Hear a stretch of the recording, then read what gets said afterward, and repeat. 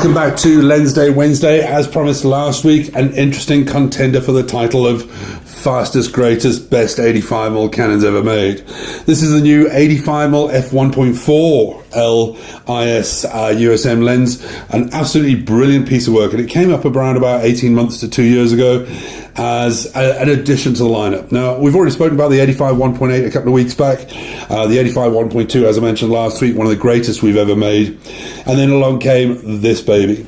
Slightly smaller, slightly more lightweight than the 85 1.2, still a whacking great big rear element over there, letting in an astonishing amount of light, but the biggest advantage now, the built-in stabiliser. The autofocus motor, that's a much bigger dial, easier for manual focus, but the autofocus motor is substantially quicker than on the f1.2, and that stabiliser makes a hell of a difference. At 1.4, your background blur is off the scale. It is absolutely beautiful. Not quite as good as the 1.2, not quite as sharp as the 1.2, but it is so tiny and so minute, the difference is almost negligible.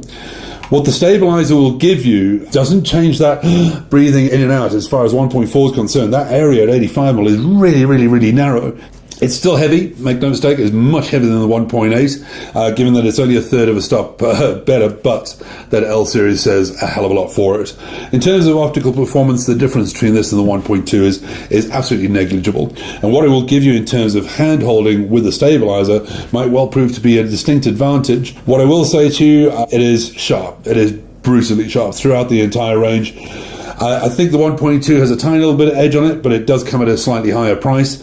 This one is a hell of a lot more versatile. The focus is quicker, the stabiliser adds a hell of a big dimension to it.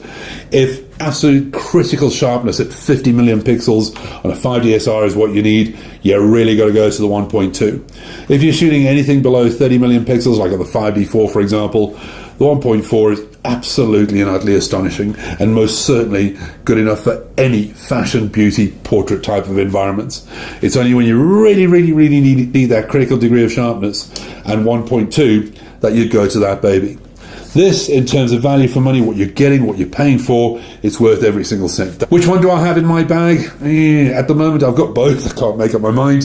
Having said that, from a weight perspective, from a travel perspective, this is proving to be far more interesting than the 1.2. And again, I don't shoot at 50 million pixels on a day-to-day basis, so it's not that critical. And as I said, this is a truly beautiful piece of glass and a very modern optic as well.